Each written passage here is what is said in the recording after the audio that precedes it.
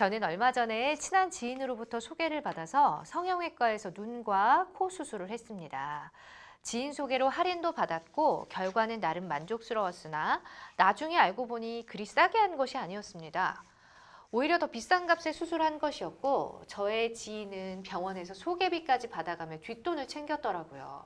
이거 신고하면 걸리는 거 아닌가요? 라는 사연 보내주셨습니다. 이런 경우 꽤 있더라고요. 지인이니까 싸게 해주겠지 했는데 알고 보니까 좀 중간에서 브로커 역할을 해가지고 더 내가 덤터기를 쓰고 수술을 받은 경우.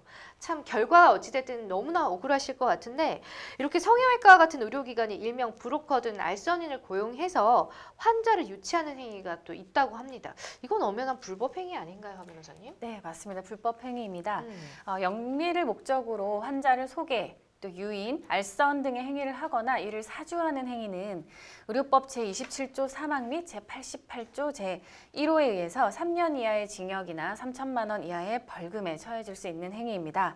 그러니 이런 불법 알선인을 고용해서 환자를 유치하는 행위도 불법 행위라 하겠습니다. 그렇군요. 그런데 병원에 방문하면 보통은 이제 정찰가가 제시는 되어 있습니다. 그런데 저마다 다른 할인폭을 적용하는 경우가 있기 때문에 이거 나만 호구되는 거 아니야? 이런 또 의혹을 살 수가 있거든요. 이런 거는 엄연히 소비자 기망행위가 아닌가요? 예. 근데 이 사안 같은 경우는 그 좀 다른 각도에서 봐야 될 것 같은데요.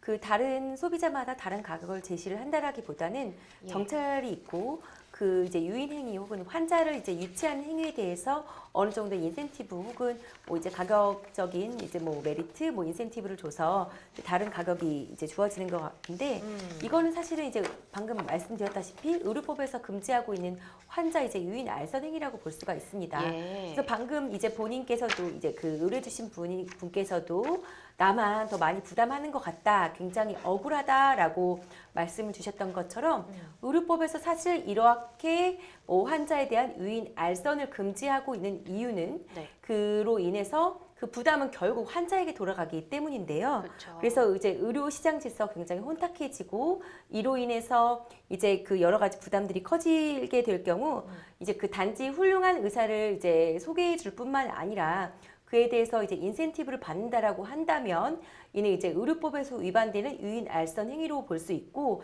또 그 해당 의사는 면허 자격이 정지되거나 뭐 이게 그 처분이 3회 정도 누적될 경우에는 심지어 의료인의 면허도 취소될 수 있는 정도의 사안입니다. 그렇군요. 대부분이 이제 병원이 홍보를 목적으로 해서 마케팅 업체에다 병원 홍보를 맡기는 경우가 있는데 마케팅 업체는 홍보를 위해서 무료 시술이나 뭐 여러 가지 이벤트를 하잖아요. 그럴 때 이제 홍보 시에 돈이 오고 가지 않는다면 이 부분은 불법은 아닌 거예요?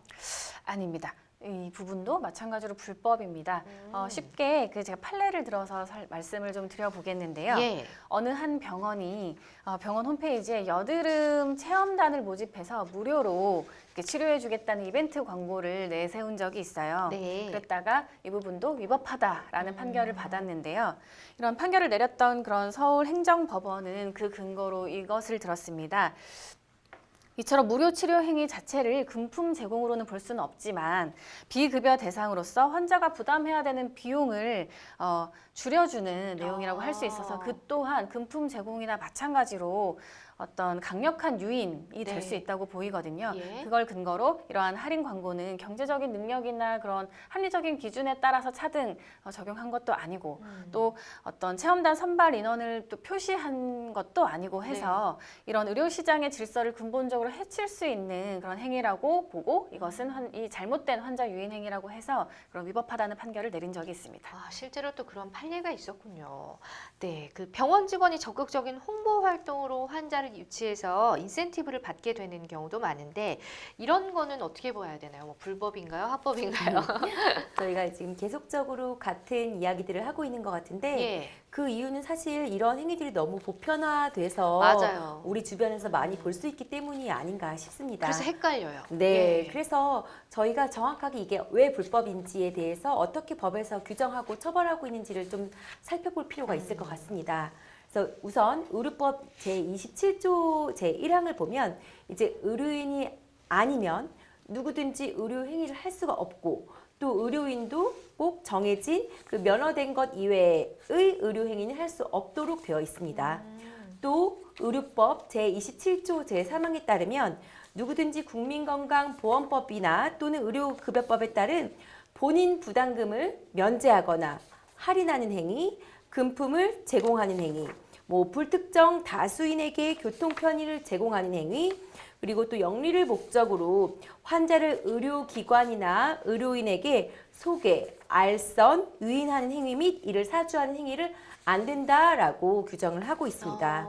네, 그래서 이를 위반한 자는 의료법 제88조에 따라서 처벌을 받게 되는데요. 네. 뭐 3년 이하의 징역, 그리고 3천만 원 이하의 벌금에 처해질 수가 있습니다.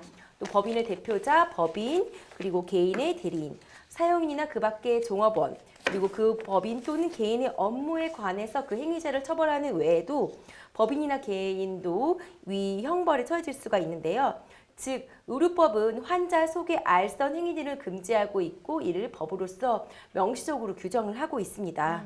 그래서 그 방금 말씀 주셨던 뭐 인센티브 제공하는 행위, 뭐 환자를 유인하는 행위, 불특정 다수인에게 뭐 이 병원들을 홍보하는 행위 같은 경우는 모두 이제 의료법에서 금지하고 있는 그 알선 유인 행위로 판단할 수 있다라고 좀 보여지고 있고요.